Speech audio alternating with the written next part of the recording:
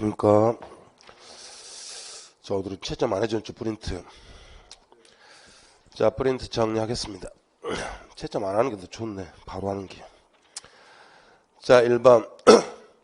사업자 등록의 대상이 되지 않는 건물에 대해서는 상인법이 적용되지 않는다. 자, 주택은 미등기나 무허가도 적용하는데 상가는 세금 내라 그래서 포장마차 같은 거 임대차 하면 상인법으로 보호하지 않습니다. 그래서 맞는 질문이고 2번은 보증금 10억 이게 포인트입니다. 보증금 10억이면 9억을 초과했으니까 초과 임차인 때 적용되는 건 딱 5개 대권 계산표 그 5개 빼고는 적용하지 않으니까 2번 보증금 10억인데 거기 세 번째 줄 제일 뒤에 우선하여 변제받을 수 있다. 자, 대권 계산표만 인정하기 때문에 우선 변제권은 인정하지 않습니다. 그래서 X가 되는 거고 3번 계약갱신 요구 거절 사유 8가지 상가 임차인이 몇 기 연체? 3기. 3기 연체하면 임대인은 계약갱신 요구를 거절할 수 있다고 맞고 그보다 더 중요한 게 그러면 이 8가지 거절 사유가 있으면 임대인은 갱신 요구를 거절할 수 있는 것뿐만 아니라 권리금 받는 것도 방해할 수 있답니다. 그래서 5번 가시면 임차인이 임차인 금액을 중대한 과실, 무슨 과실? 중대한 과실로 파손하면 임대인은 권리금 횟수기를 보장할 필요가 없고 4번 임차인의 계약갱신 요건은 최초 임대차 기간을 자 제한한다 포함한다. 포함한다고. 포함해서 10년 범위 내에서만 행사할 수 있습니다.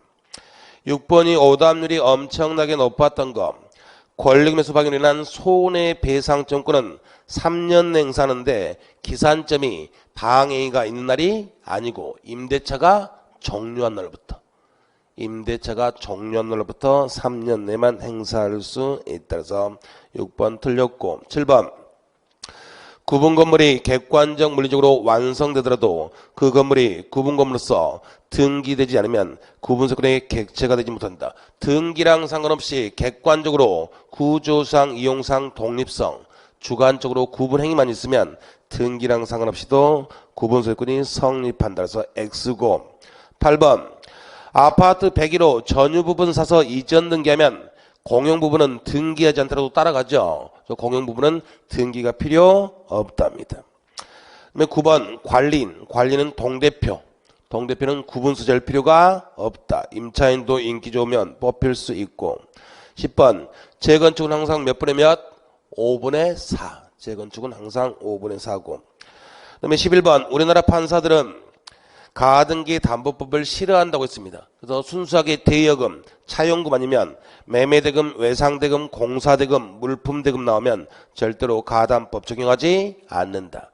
그 다음에 이렇게 가등기 담보권, 양도 담보권 설정해도 담보권만 넘어갔지 소유권은 담보권 설정자한테 남아있으니까 설정자는 소유권 행사하고 그래서 사용식도 지 맘대로 할 수 있다. 그래서 12번 양도 담보권자들은 담보권 설정자 가부로부터 양도 담보 목적물을 임차하여 점액는 병에게 소유권에게서 담보 목적물의 인도를 청구했다. 소유권은 넘어갔다 안 넘어갔다? 안 넘어갔습니다. 그래서 소유권이 틀렸습니다. 아직 담보권자한테는 소유권은 넘어가지 않았으니까. 그다음에 13번 채권 담보의 목적으로 부동산 소유권을 이전한 경우 그 부동산에 대한 사용 수익권은 담보권 설정자 여전히 소유자니까 담보권 설정자한테 있고 14번 청산금을 통제할 때는 직거하고 선순위 권리자 채권액만 통제하면 되지 후순위 금액은 신경 쓸 필요가 없답니다. 그래서 후순위는 통제할 필요 없고 15번 16번이 먼저 16번 후순위 권리자는 청산기간 내 이게 포인트입니다. 청산기간 내 안에서 그 피담보채권에 변직이 되기 전에도 목적 부동산 경매를 청구할 수 있답니다. 그래서 이걸 잠탈하기해서 일부러 액수를 청산금을 높게 불렀다. 그 다음에 다툴 수는 없다. 그게 15번. 귀속 청산의 경우 채권자는 자신이 통지한 청산금액에 대해서 다툴 수는 없고 그 다음에 17번 담보권은 저당권하고 똑같고 저당권은 경매되면 모든 저당권은 다 소멸하니까 17번 담보가 등기를 마친 부동산에 대해서 강제 경매된 경우 담보가 된 권리는 그 부동산의 매각에서 무조건 소멸한다. 무조건. 그래서 10년간 4번 나왔고 18번, 19번 세트. 탈법 목적 없는 정중 배우자, 종교단체 내부간 이 말 안 나오면 모든 명의신탁은 다 무효입니다. 탈법 목적 안 따지고. 그러면 18번 탈법 목적 없이 아버지가 자식에게 명의신탁했다. 이건 부자지가 아닌지 배우자가 아니니까 여전히 무효. 그 다음에 19번 보시면 역시 탈법 목적 없는 정중 배우자, 종교단체 내부간 이 말이 없으니까 19번 양자간 등 명의탁 딱 나오면 무효. 무효이기 때문에 무효 명의탁은 해지가 안 된다고. 유효한 명의탁만 해지할 수 있다고. 그래서 거기 해지하고 소유권 연기를 청구할 수는 없다고. 20번 명의탁의 약정의 무효는 악의의 제3자에게도 대항할 수 없다. 자, 제3자가 적극 가담했다는 말이 없으면 선이든 악이든 제3자한테 대항할 수 없다. 그래서 5가 되는 거고. 그 다음에 21번과 22번은 기억을 하실지 모르겠는데 포인트가 3자 간 등기 명의신탁에서 신탁자는 직접 수탁자한테 이전 등기를 청구할 수는 없고 항상 채권자 대의권 행사하고. 그 다음에 계약 명의탁에서 매도인이 명의신탁 약정을 몰랐다. 그럼 그 사람은 자기 땅 팔고 돈 쓰는 건데 그 사람을 보호하기 위해서 이때는 수탁자 명의 등기는 뭐하다? 유효하다. 이렇게 해서 정리하시면 되고. 제가 이 앞에 한번 말씀은 드렸을 건데 이제 오늘 들었으니까 11월, 12월 두 달가 받은 프린트는 한 번만 다시 한번 딱 검토하시고 다 버리시라고. 이제 1, 2월 달은 이제 문제가 기본적으로 10문제, 뭐 9문제나 19문제 될 수 있는데 문제가 나올 거고 3, 4월 달은 이제 좀 더 난이도 높여서 다시 OX 지문 기출점이 나갈 거고 5, 6월 달은 이제 좀 더 어려운 문제 나갈 거고 계속 자료 나갈 거니까 쌓아두고 있으면 스트레스만 받으니까 두 달에 한 번씩 딱 정리하고 버리시고 그렇게 하시라고. 그 다음에 이제 오늘 우리가 기본서 다시 첫 페이지. 오늘은 이제 기본서 75에서 1, 2월은 75에서 80%를 정리할 겁니다.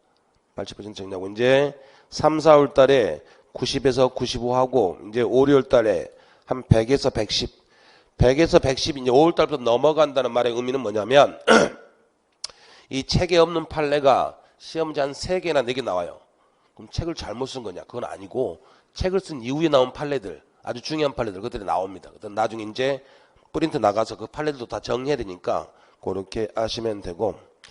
자, 첫 진도 30페이지 법률 관계와 권리 변동. 이제 하나씩 좀 더 들어갈 텐데 우리가 돈을 버는 건 권리의 변동을 많이 일으키려고 돈을 벌입니다. 우리가 돈을 많이 벌어서 좋은 집 산다, 좋은 차 산다. 이런 게 내 돈의 소유권을 넘기고 그 물건의 소유권을 내가 넘겨받는 거. 이게 권리의 변동이라고. 그래서 우리는 돈 버는 건 권리의 변동을 목적으로 하는 건데